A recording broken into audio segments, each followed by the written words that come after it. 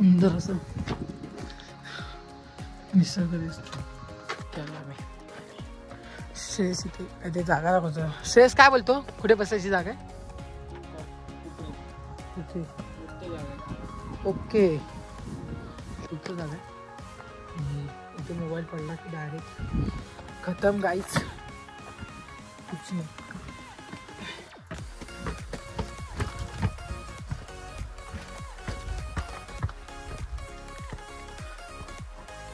इकडून इथे एक वेगळ्याच पायऱ्या म्हणजे बघा हा मार्ग आहे तर इथून पण एक पायऱ्या दाखवल्या.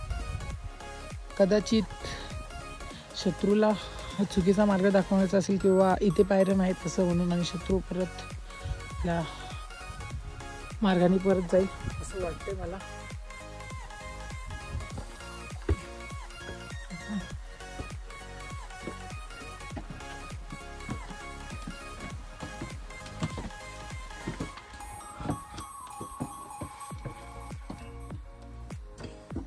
त्या खाडी चढाईनंतर पुन्हा एकदा एक अशी वेगळी चढाई येते.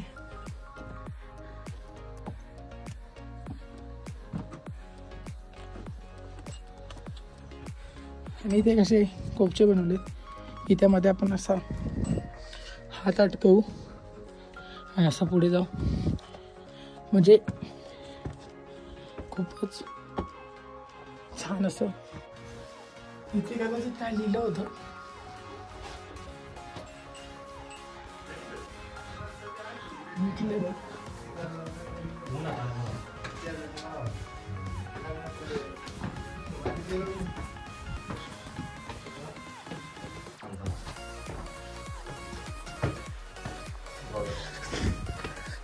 इथे आपल्याला 2 जण भेटले. दादा काय पुढे काय नाही होती घर आहे त्याच्यामध्ये थोडे 3 जर आहे 1-2 चुकलेले त्याच्यामध्ये एकाचे पाणी आणि वरती काहीच नाही. वरती ओके म्हणजे उन्हाळ्यात जर तुम्हाला बघायचं नसेल तर पावसाळा बेस्ट आहे कारण उन्हाळ्यामध्ये सुकलंय असं बोलतात ते कदाचित पावसाळ्यातच चुचके असतील ज्यावेळेस खूप गर्दी होत असेल गडावर पर्यटकांची तेव्हा. हे बघूया आपण पुढे हा इकडनं आले ना तुम्हाला इथूनच डायरेक्ट चढायचं आहे आणि आपण बघूया सोडून इकडनं काय सीन आहे हा.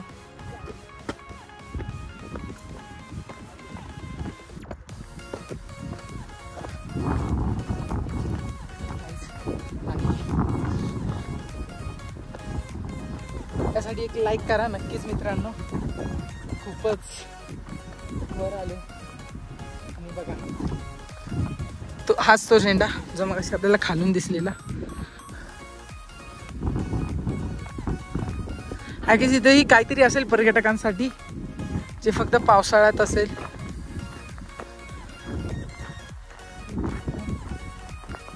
वर जायला जागा आहे तिथे ध्वज दिसतोय.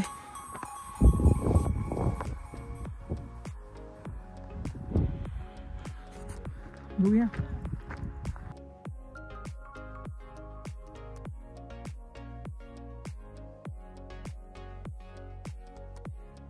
आपल्याला इथे तलाव स्पॉट झाले 3 आहेत तलाव बट उन्हामुळे सुकलेत ते. हा एक तलाव आहे हा दुसरा तलाव हाही सुकलाय आणि ओके ह्या तलावामध्ये पाणी आहे परंतु हे पिण्यायोग्य नाही वाटत आहे. लहान लहान मासे सुद्धा आहेत त्यामध्ये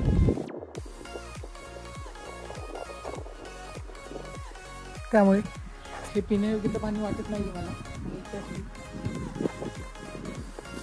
पवनपुत्र श्री हनुमान मारुती अशी त्यांची एक मूर्ती आहे इथे मित्रांनो. एक छोटंसं मंदिर आहे. जय हनुमान जय श्रीराम. तेही एक मंदिर आहे. ठीक आहे आपण पहिले हे मंदिर बघून घेऊया कसले काय कसं आहे. बिझी बघा. कुठल्याही देवस्थान मी जाताना एवढ्याला काळजी घ्या की चप्पल काढून जावा. हे बघा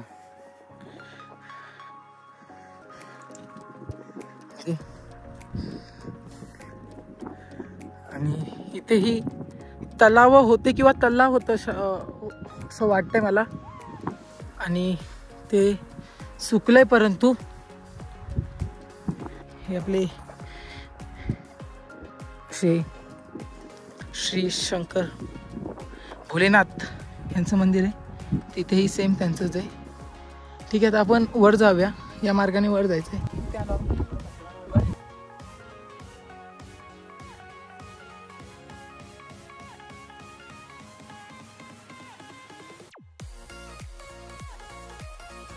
पुण्यश्लोक छत्रपती शिवाजी महाराज की जय.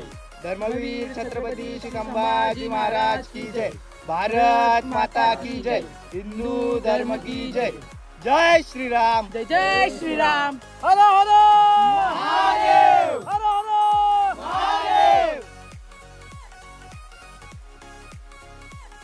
तुम्ही बघितलं आम्ही घोषणा केली महाराजांची किंवा छत्रपती शिवाजी महाराजांचे आई स्वातंत्र्याचे. तर आता यानंतर पुढे इथून आम्ही आता उतरलो जस्ट. आणि आता पुढे म्हणजे हे मंदिर आहे की धान्य कोठार आहे, काही नेमकं काही समजत नाही मला. तर एक किस्सा झाला की जे होते ना ते 2-3 जरा UP-मधले परप्रांतीय लोक होते. ते सिगरेट धूम्रपान करत होते. तर मग अनिकेतने त्याला समजवलं योगच की भाई, जे आपल्या घरात राम श्रीकृष्ण किंवा कोणतीही देवस्थान आहेत ते देव फक्त माझ्या महाराजांमुळे किंवा माझ्या राजांमुळे, त्यामुळे त्यांच्या गडावर येऊन तरी तुम्ही हे काही करू नका. तुम्ही असं असेल तर आडवत जावा. ओके, मी ते तलाव आहे सेम तिथे पाण्याचं टाकायचं. जसं आपल्याला लागलं तिथे सेम असं ते पाणी टाकले. अजून तीन पाणी टाकले, ते 4 आहेत बघा. हे दुसरं, ओके हे तिसरं आहे, ते चौथं आणि 5वं. 5 टाक आहेत का? नाही सॉरी, हे छोटंसं टाक आहे. असं वाटतं की पावसाळ्यामध्ये जे 2 छोटे टाक आहेत हे पावसाळ्यामध्ये यूज होत असतील आणि हे मोठं टाक आहे पुन्हा एकदा. पण आम्ही पिण्याच्या लायकीचं असेल जर पावसाळा असेल तर बघूया. आपण आता जवळ आले काय आहे ते नेमकं. हे बघा तिथे अजून एक पाण्याचं टाक आहे मित्रांनो. म्हणजे की खूप सारे पाण्याचे टाके आहेत. पाण्याची एक पण गैरसोय होणार नाही असं नाही आहे. बघूया इथे काय आहे. तर ओ भाई साहेब, आय गेस हे धान्य कोठार असावं असं वाटतंय मला. कारण की प्रवेशद्वार तर नाहीच याला असं म्हणते.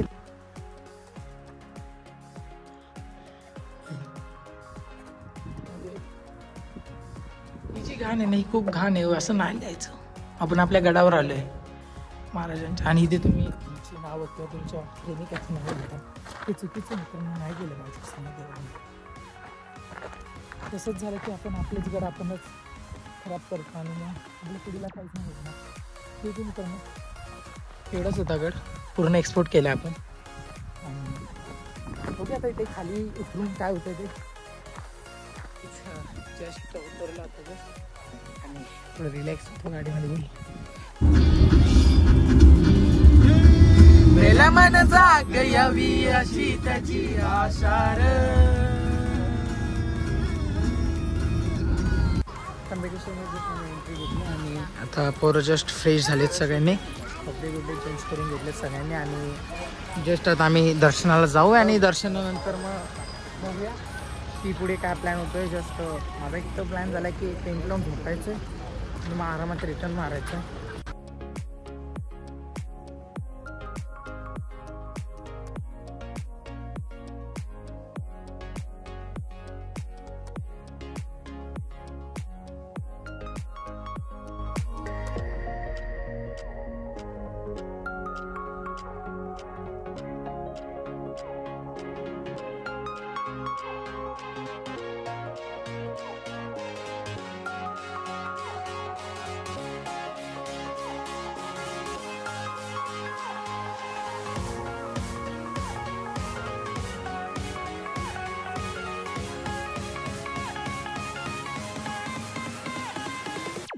जस्ट काही सगळ्यांनी टिक्का लावून घेतली. मंदिरात जायचं समोर खूप छान असं प्रवेशद्वार आहे इथे.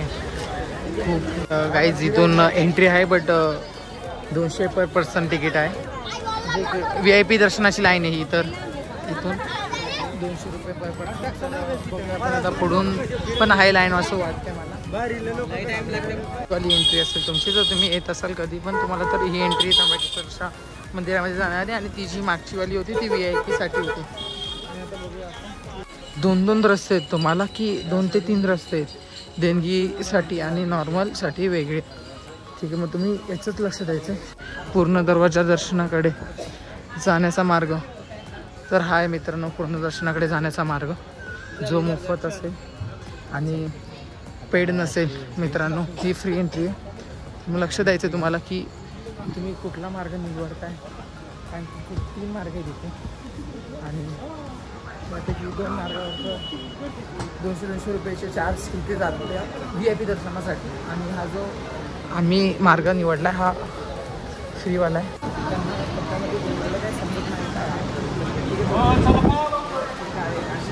इथे छान असे TV लावलेले आहेत. म्हणजे देवाचं ज्योतिर्लिंगाचं दर्शन आपल्याला इथून देता येतं आहे. छान घोषणा दिल्या जातात मंदिरामध्ये. हर हर महादेव, हर हर महादेव.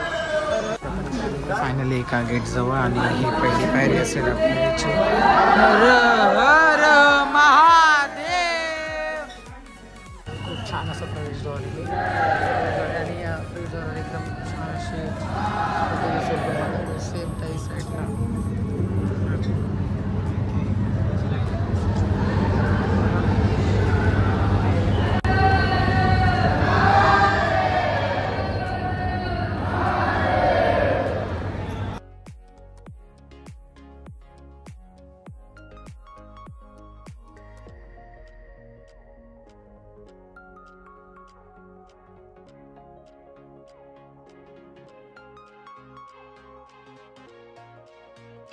मित्रांनो. चांगल्या प्रकारे आमचं दर्शन तर झालेलं आहे.